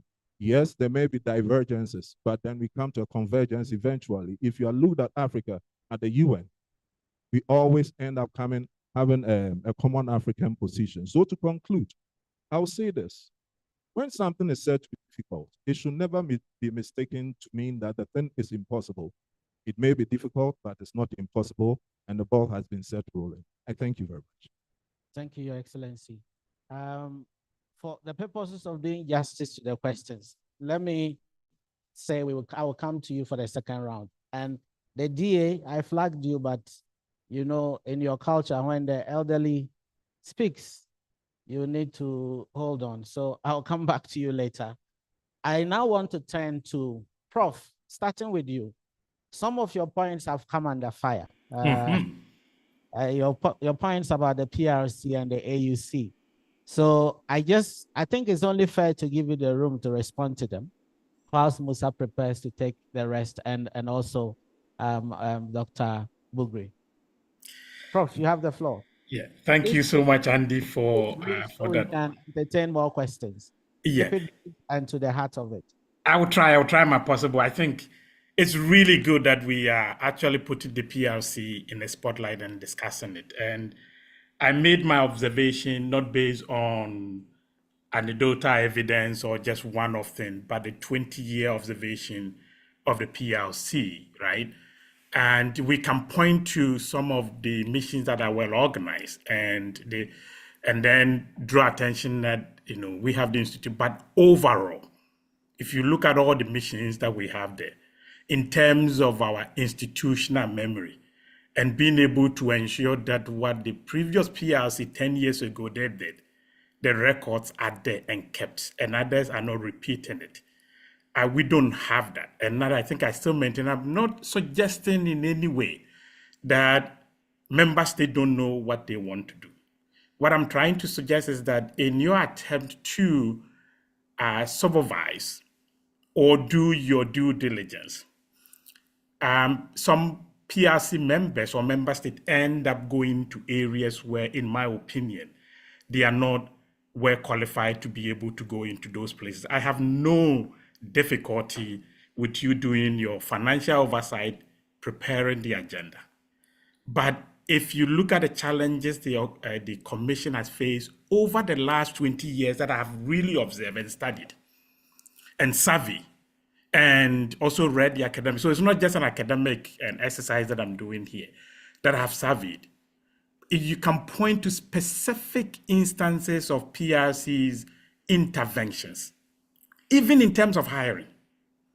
If you look at the SAC and the report of the member states that was commissioned, the consultancy report, some of the challenges in terms of even hiring, a lot of them has to do with some of the unhelpful interventions that have often come from member state and peers. And that is what I think I'm hoping that this might end. And that's why I'm saying that we should give them the space to do the best work whilst you do your oversight responsibility. And that's the way the organization can work and can work better. On the issue of language, I'm also glad that we are putting this on the spotlight. And we are discussing it. In any way, I didn't suggest. I think the very simplistic way of thinking about it is to think just on the language. But I'm trying to suggest that this linguistic group, they have some form of bureaucratic logic. And I'll give you one instance to show how sometimes some of these linguistic, cultural differences often in the bureaucratic sector play themselves out. Within the culture of the African Union, for example, there's often the tendency that when you build a bureaucracy based on one particular culture, there's one culture, for example, that makes it difficult for younger or junior people to challenge those at the top. Whilst in some bureaucracy, as the Ghanaian ambassador said, Ghanaians are very nice but very assertive, that they will speak their mind, right? That kind of healthy dialogue, often in some bureaucrats, doesn't exist. So I'm trying to suggest that the language that we have has an impact on the kind of bureaucracy that we build, and we have to try to respect it and try to accommodate the different bureaucratic culture that comes from this particular linguistic group. So I'm not trying to just suggest that, and I think it's very important for us as Africans also to be frank with ourselves, that if you go to the EU at the moment and you talk to people, that linguistic divide is there, and we have to acknowledge it and work around it, and then make sure that we accommodate each other. And that's the point that I want to make. But thank you so much for the questions. Prof, there was another question from the Sudanese delegate.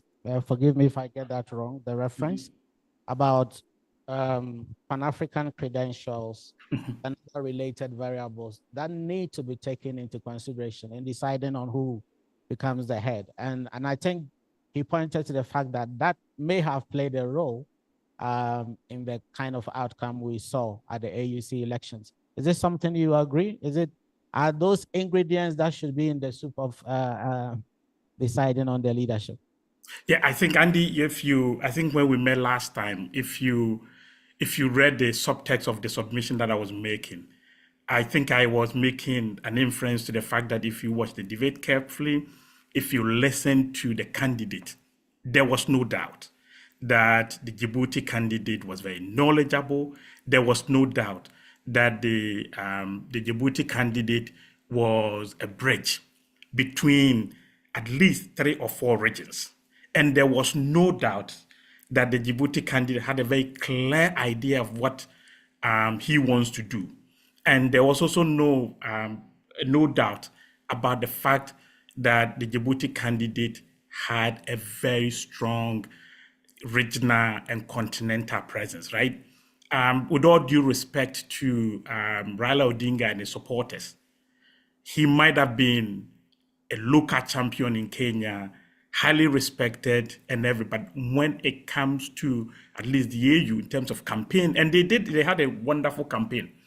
But if I'm supposed to assess 2 candidates based on what I know, there is no way that I'll bypass the Djibouti candidate based on merit and then go for the Kenyan. If we put politics aside, I think the 2 of them, it was clear, and I think I'm glad that the Sudanese, and I've also listened to the commentary from the Kenyan side, and I think the Sudanese,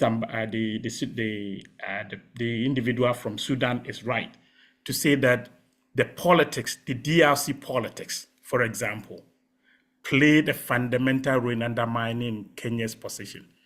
The relations between Sudan and that one also. And then, interestingly too, the position that the Kenyan president took on the question of Israel-Palestine. There's an AU position, but for some reason, Mr. Ruto decided to take a position contrary to the AU position, and that also colored the views of member states. So there are a number of factors that played a role in the success, but my sense is that if you look at the quality of the material and who is fit, I'm not suggesting that Mr. Odinga is not fit, but if you look at the portfolio and the individual that we are looking for to fill that role, my sense is that the heads of state selected the right candidate. Thank you, and thanks for putting all of that into the defining variables for deciding on who became the leader. I want to turn to Musa and then to Dr. Bugri. Because of the time, please hit at the heart of whatever you want to say, because the conversation will continue over lunch. That is to say that there will be lunch after here. And then also for evaluation, we have a code, whatever the code is called, on your table. Just scan it and then fill it online for us, even as we continue the conversation. I'm not wrapping up. Someone was getting disappointed already, but we will come back to you for the questions. Musa, succinct, and then Dr. Bugri. Thank you very much, Chair. I would like to address the online question on AU Rex tensions vis-a-vis the AU reform. Tensions between the AU and Rex is not new. It's not something that is just emerging. It has been there for so long. And one of the main agenda items of the reform is actually addressing the struggles in AU Rex coordination. If I remember in 2021, there was a protocol revised and agreed upon between Rex and the AU, which was supposed to address some of the issues. But recently, we've seen that the struggles continue with the ejection of Chair, His Excellency Musa Faki from the EAC SADC meeting. The main reason was that it was an inter-rec meeting, and the fact that head of states were meeting, he should have not been in the room. But later on, they tried to correct the mistake, but the chair did not come back to the room. So it shows that the struggle is there. And when I was contributing a piece to the PSA report in 2023 on that issue of AU-REX struggle, something came out. It was that ego that was difficult to address on the REC part, which sometimes feels superior to the AU, while the frameworks are saying, oh, the opposite. So I believe that since the reform is ongoing, the new AU leadership will be able to address the issue of labor division and clarification of some of the principles, including subsidiarity. So, yeah. Thank you, Musa. Dr. Bugri, any response? There was a question about CARICOM's 10-point plan and what the influence was. Okay. Just to say that CARICOM has always played a very key role in shaping the conversation on reparations in Africa. In fact, before the Accra International Conference on Reparations, there was a study visit by the African Union Commission and ECOSOC to Barbados. And they looked at the progress of CARICOM and the 10-point plan in particular and their plans. And that actually shaped the Accra conference as well. This last year, there was also an MOU signed between the AU and CARICOM in terms of how to collaborate.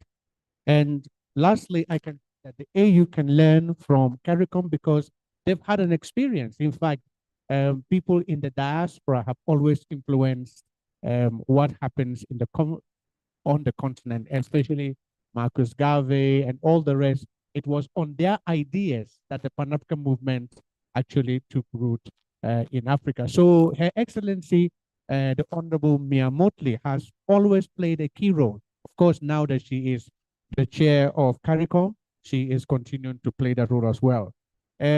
Just one thing I want to mention here that was mentioned on duplication. You will see that in the new decision, the commission is there in the role of a coordinator, but there is going to be process with all AU organs, and the court is an organ.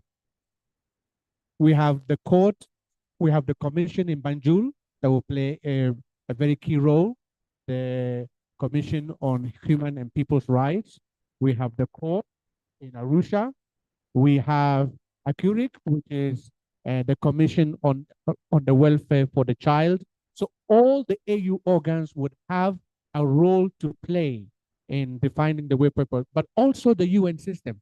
We are working also with the UN Permanent Group on People of African Descent, and also the UN working group of experts on people of African descent. Of course, there is UNESCO that will play a very key role in terms of the restitution of cultural property and artifacts. Then you have also the role of the diaspora. Again, CARICOM is a diaspora organization, but we are looking at all the 6 regions. CARICOM is not the only diaspora organization, but we're looking even the Americas, the Latin America, and those are very, very important concerns as well. But there's something that has always been said about slavery. Let me be very clear that when it comes to slavery within the context of reparations, it is the transatlantic slave trade that chattelized Africans, that made them commodities and sold them in the open market to benefit the economies of the West. So we acknowledge that there is slavery within African society, yes, but it is not the totalization of the African people.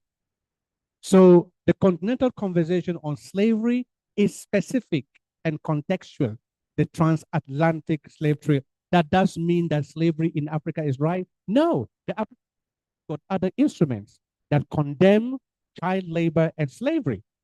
But in this conversation of reparations, we are looking at the colonization, the transatlantic slave trade, the chattelization of Black people and sold as human cargo, the West, to benefit them. I think that I like what His Excellency, the Ambassador of Ghana, has said. In a process, of course, as we discuss forward, we will find the areas of duplications. We will find the areas where we need to streamline. And I think that this process, as he has said, has started. And that is why we are asking everyone to be involved in the conversation. No one's voice must be left out of this conversation. Thank you. Thank you very much. I'm already anticipating that we might need an extra 10 minutes just so we can entertain some of your extremely important questions. So the many hands I see seems to be saying yeah to that request. So you'll forgive me if we overshoot the time by an additional 10 minutes, particularly for our online audience. Should I go online and come to you? So the online people do not crucify me. The platform is hot with a lot of questions. I just want to ask, this is from Pauline Kahubire, and she is saying, it would be great to see how the new AU leadership address the issue of aid cuts, particularly the US aid exiting. That's an important question. Please take notes. One from Desiree Asogwavi, and he is asking, particularly to Ahmed, directed at you. So please, you will take a shot at it. Can we still attribute the restrictions on movements in Africa today, 60 years plus after independence, to the legacy of colonialism? What does it cost today for the African countries to reverse that? Why is the progress towards achieving free movement in Africa taking such a long time? I know you are an expert on migration too. Okay, now I'm choosing at random. If I don't get to your question, yes, forgive me. As regards reparation, when will African politicians begin to repatriate the resources exported to the Western economies? That is also very important. Then the African Union is dominated by diplomats at the expense of technocrats. Some of these diplomats have been around for decades without any notable influence on political economy of this continent. How do we change that? And then lastly, how does the new leadership intend on tackling the new and changing geopolitical landscape, especially with the US presidents threatening BRICS and South Africa? Would we see or hear a collective African statement or position standing in solidarity with South Africa or BRICS? I have chosen some. Those of you who I didn't respond to yours, you forgive me. And then I will come to Suleiman Ahmed, who is online later, but now I'm turning to the room. 1, 2, and then I'll take 2 also from this side. The rest, please make sure you sit next to the experts during lunchtime. Unfortunately, Prof cannot be part of the lunch process. There's not an e-lunch yet. So we will have the lunch here, and then you try and get the responses from them. So please, and then 2 from here, 2 from here. The rest, blame it all on me, please. Thank you, Dr. Andou. I will try to be short, French. Merci encore à tous les intervenants pour les éclaircissements et les présentations effectuées à nos endroits. Je voudrais aborder uniquement le challenge de la réforme qui attend le nouveau leadership de la Commission de l'Union africaine et voulant précisément aborder l'organe du CPS, Conseil de paix et de sécurité. Nous avons pu voir lors de ces 4 dernières années le résultat des prises par le CPS et qui peuvent être qualifiées aujourd'hui d'inefficaces. Alors, quelles pourraient être les actions que vont mener au lendemain la nouvelle équipe dirigeante pour amener cet organe décisionnel à avoir une efficacité beaucoup plus accrue que celle qu'elle n'a jusqu'à ce jour? Nous voyons bien que la résultante de cette décision ne sont plus portées que vers les leaders déchus, population. On a tendance à croire l'organe tend à soutenir uniquement les leaders au détriment des populations, elles, qui souffrent beaucoup plus. Aussi, pouvons-nous nous orienter? Je vous remercie. I think that I will direct to Musa. Just note, in the interest of time, you will take a stab at that. Yes, please. Yes, thank you for. Have you joined your questions together? You have one opportunity for the two of you. Mine is, it's very short and I'll Okay. pass. Thank you for the chance you gave us. Also, I really appreciate the panelists and the moderator, also the event organizers. I'm Henok Yared here from Ethiopia. I'm the founder and executive director of Root to Little Ethiopia, which is a local NGO or civil society organization working on youth, teens, and young girls. We are nurturing a generation for Ethiopia as well, Africa, and for the world. And I just want to be brief and make my question short. I want to pass it for my brother Musa. Earlier, you raised up that there was a competition and a collaboration between regions to regions. So, and also, first, I would like to pass my congratulations for the Djibouti. And does these things bring a bias or difficulties at the election process? Because we Africans, we want a leader who lead the Africa in loyalty and in a real path. So if we will take it this process regionally, does it bring a bias or difficulties at the election process? Thank you. Thank you. Very short question. After a long time, I get the privilege. That's a to coup speak. d'etat. Yeah. Go ahead. Thank you, sir. My name is Brooke from Global Point Program here in Addis Ababa. My question goes for Dr. Ahmed. I really appreciate your points and insights, especially on the background history on Accra Declaration and other stuffs. But how much eager is the African Union Commission to participate in nowadays for civil society's youth engagements to make the year of team happen? Because you were mentioning that we have to make it happen again. The Accra Declaration and other stuffs were made by individuals, civil societies, and youth who are eager to make a change in the African continent. But what about now? Because we have to walk the talk. So I am asking personally, also as organization representative, how much eager to be willingness to make this reality happen. Thank you so much. Thank you. Dr. Bugri, I hope you can take those issues on collaboration. My colleague here, and then the lady at the back. So the microphone holder, you work a bit. I'll come to you later, please. Yeah. Thank you, Andy. My name is Dawit from the Institute for Security Studies. I have two questions. The first one is to Musa, mainly in terms of the vision of the new leadership, in terms of revamping the Africa Peace and Security architecture or the Africa Peace and Security framework. I mean, considering the conflict landscape, we are at a very critical stage. So we have an outstanding peace and security decision to review the Africa Peace and Security architecture. We also have a process that is ongoing in terms of reviewing the concept of the ASF. Repositioning the AU's role in mediation is also very critical. So in short, looking at the debate so far, the speeches of the candidate, do you think this issue will make it to the first 100-day plan of the new commission, meaning the revamp of the AU peace and security architecture? And if you allow me one question to add, that is to Professor Tieko.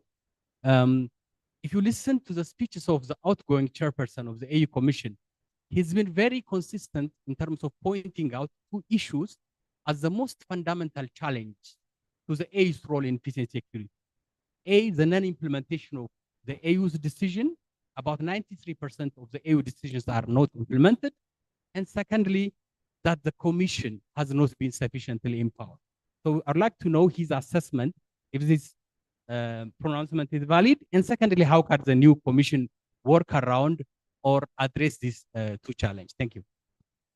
Thank you, Musa. I think those are for you to speak to. Please take the mic to the back, the lady.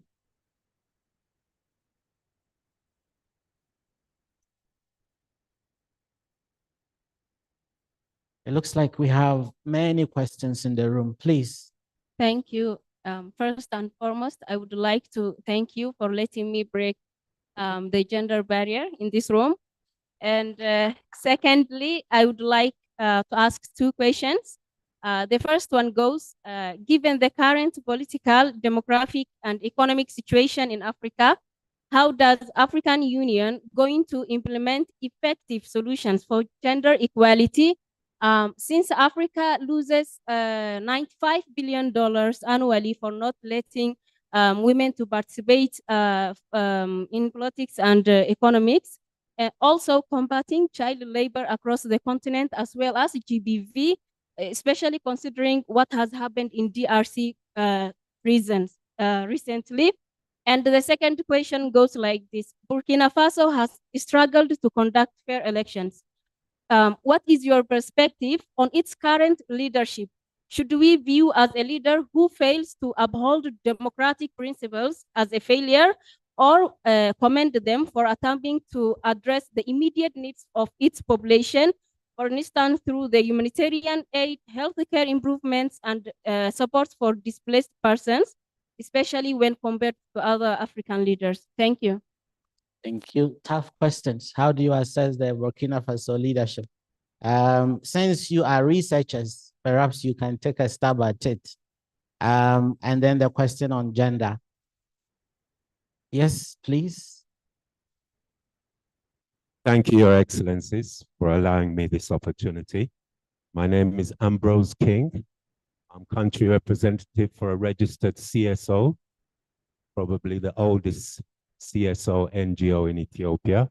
We were founded during the fascist invasion of Ethiopia, and we galvanized the support of Black peoples in the West in defeating fascism. Anyway, cut a long story short, I want to address the issue. Please, the name of the CSO. Ethiopian World Federation. Okay. Thank you. What form of restitution should we be lobbying for? And my other issue is that reparations shouldn't be only for the transatlantic slave trade. There was also an enormous, equally enormous slave trade on the East Coast with the Arab nations. I would suggest that the African Union also consider this issue, because the both sides of Africa were affected by slavery. So we shouldn't just concentrate on the transatlantic slave trade. As regards what form of restitution, as I stated, we are a very old NGO from the fascist invasion of Ethiopia, which was a result of the failure of the League of Nations to respect Ethiopia's membership. We talk about Pan-Africanism, and the founding fathers, Marcus Garvey, Kwame Nkrumah, Jomo Kenyatta, and Haile Selassie I, have really given us a roadmap, which we are now coming towards the end result. That roadmap included repatriation, not just reparations. There is a very big difference between repatriation and reparations. I would ask the AU to consider the founding fathers' mottos, such as Africa for the Africans, those at home and those abroad, which implied that the people from the diaspora, a word which I don't like to use, but it's in common practice now, would return to Africa and help redevelop the continent. This was the meaning of repatriation then, and I would ask the African Union to rekindle this repatriation issue. In regards to the work that our registered CSO has done, 7 years ago, under the leadership of the then Deputy Chairperson, Ambassador Kwesi Kwati from Ghana, we had presented a project proposal to establish green garden communities, starting in Ethiopia, that could be replicated throughout the continent and implemented from our people from the diaspora, working in harmony with our people here on the continent. So this project concept paper has already received endorsement by 3 African governments, namely Oromo Regional Government, Federal Government of Ethiopia, and the African Union. Where it got stuck was the seed capital to commission a scientific team to do maximum 1-year due diligence and come up with a detailed project proposal that then can be presented to the United Nations and the perpetrator nations of slavery. I would ask now that the theme of 2025 is justice for Africans and their descendants through reparations, that now there's no problem for us to secure this seed capital. So how is the form of restitution? I would propose that it should be through redevelopment projects implemented by Africans at home and abroad. Thank you. Thank you very much, Ambrose. I think your question will be unpacked in very many ways. Someone jumped the queue and got their question to me, so I have no option but to read it. And the question is, what is your strategy, Dr. Ahmed, to make sure that there is a common position for Africa on reparations? And that gives us just 4 minutes for them to respond to all these questions. I don't know how they will do that, but you know, we have a lot of very busy diplomats who might be racing against time for something. But I'll give them the opportunity to respond to it. Each of you, 1 minute. Try and hit the heart of the questions to you, starting with Musa. Chair. I would like to first of all address the question from Diego. Colonel, vous avez mentionné l'affliction des différentes sanctions qui ont eu cours dernièrement sur les populations. Je suis de ceux qui pensent que imposer des sanctions sans tri est une erreur. Et de toutes mes contributions, soit au ISSUD ou au PSC Report, j'ai toujours soutenu que les sanctions soient ciblées. Mais d'un autre côté, il faudrait aussi faire attention parce que les sanctions sont là pour corriger une hérésie, les changements anticonstitutionnels du gouvernement. Mais en même temps, il y a cette légitimité perdue du CPS qu'il faut reconstruire. Donc, l'un mis dans l'autre, moi, je dirais qu'il faudrait s'engager dans un processus pour foncièrement repenser l'approche aux sanctions. C'est très important. Second one, is there bias in electoral processes if they are based on regional rotation?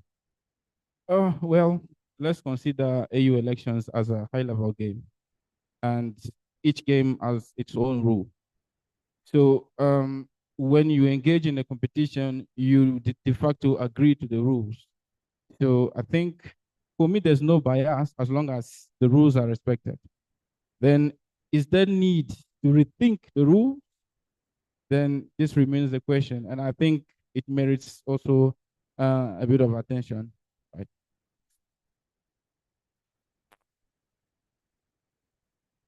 Just very quickly on this question of free movement. You know, one of the notions that we inherited as Africans from colonialism is the notion of state sovereignty. It's not African. It's based on the concept of a nation state, which is European. But the thing that our leaders did was they wanted to push away the colonial master and keep the vestiges of sovereignty, because at that time, they remained relationships with Francophone countries were very close to France. Their system of government, their financial institutions, to some extent, our trading partners in Africa now, we trade more with our colonial masters than we trade within. So the idea of state sovereignty, as we were said this morning, as Prof said, must be re-examined. That is why he was saying about the PRC, there must be a rethinking of it. Look at the European Union. The European Union has got competencies as a commission, as the European Council, but also as a parliament. In our situation, the member states are all in everything. The commission has a voice, but it can't implement. And that's what Musa Faki has said. 93% of the decisions that have been taken are not implemented because the commission is not empowered to do the same. That is the dichotomy that we have to look at. And that is the concept of state sovereignty. That is why the OAU has the Africa Economic Community, and it was built on two things: integration and social development, which include trade, free trade, which has now become ACFTA, and free movement of persons. That is the dismantling of borders of Africa. So when we're talking about reparations, this began way back. And therefore, the legacy of colonization and the separation of Africans is very real. The first time that I got called an African was here in Ethiopia. When I arrived here 4 years ago, I was driving and this guy comes to me by Atlas. He tells me, he hears my car, "Hey, Africa, Africa."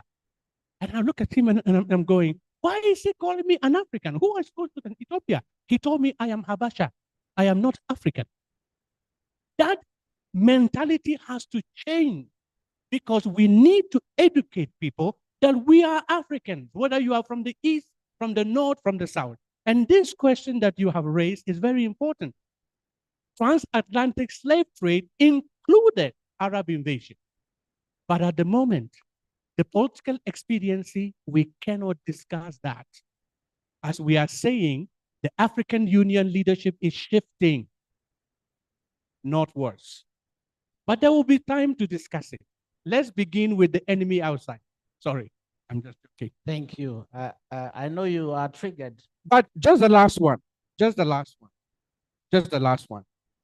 There was something that I wanted to say that from our dear brother here who has said, there is the call for the interrogation of the word diaspora.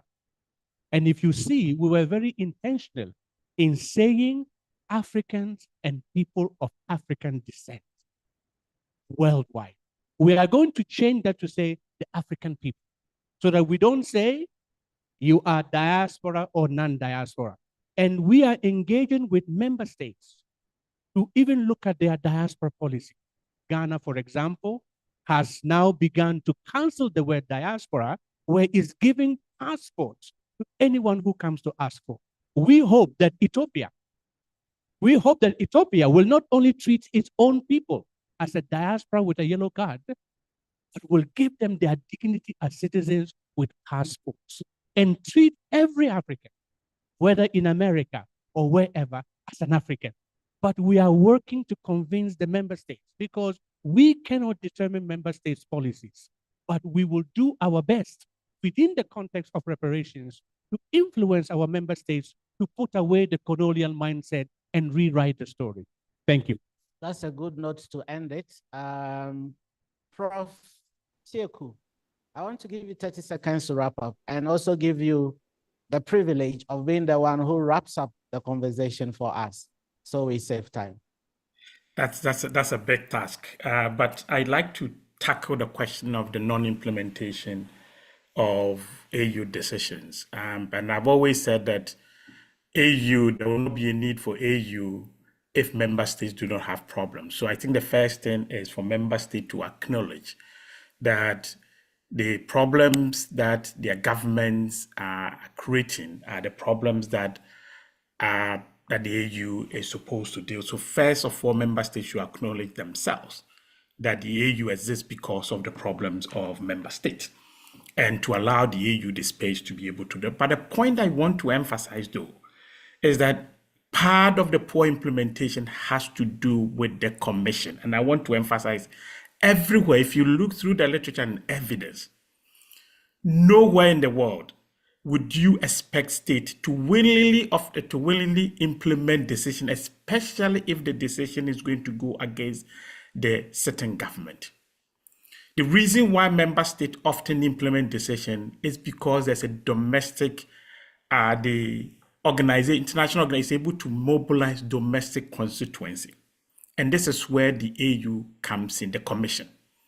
I think the AU should move, the commission should move away from dealing with member state all the time, but rather move to mobilize domestic to put pressure on member state, first to ratify some of the decisions and then implement them. So I'll emphasize domestic mobilization constituency. And then the second, and then perhaps I'll wrap up here, is that the commission itself should also move into a mindset of a rule-based or rule-respecting. When the rule says A, respect the rules. If you do that, member states are also going to respect you. So for example, the statute of the commission is clear that you are not supposed to take instruction from individual member state. So when an individual member state places a call on you, you tell them, Mr. President, Ambassador, I cannot do the ABC because this is what the statute. I think once you begin to do that, the member state and the individuals would also respect you. And I think that is where we have to start. Once you do that, I think you create a space for it. So in other words, it's good for the commission to ask for more powers, but exercise the powers that you've used. The commission over the years hasn't exercised most of the powers that it has been given, and that has been an issue. Just to conclude, I should say that it's been a fascinating discussion. In some cases, we've been intentionally provocative, and some of the questions have been very provocative, but I think it's good for us. And that I think once we begin to identify our problems and talk about it openly, that is where we'll find solution to it. So I'm glad to be part of such a discussion. So thank you so much for inviting me. And I know that's very late here, but I'm glad that I stayed up to participate in this fascinating and exciting discussion. And I think that on that note of you having wrapped up and described it as fascinating, I would like to take the opportunity to say this is where we end the conversation. But looking at the questions, looking at the points raised from the outcomes of the summit to the issues about the leadership and essentially the issue about what needs to be done on the reparations going forward, I feel this is a second part of a long conversation we need to have. And so you'll be hearing from us, the ISS and the IPSS on another note, on another day, for another part of this conversation. We have just scratched the surface of a very important subject. But I want to take the opportunity to say thank you very much for leaving your very busy schedule to be here. We know we have triggered a lot of ideas in you. That is what we really wanted to do. And we will take the conversation forward. Thank you so much. Lunch will be served. Take a ticket and let's continue the conversation. For the online audience, thank you. Unfortunately, you have no lunch, but see you next time. Thank you very much.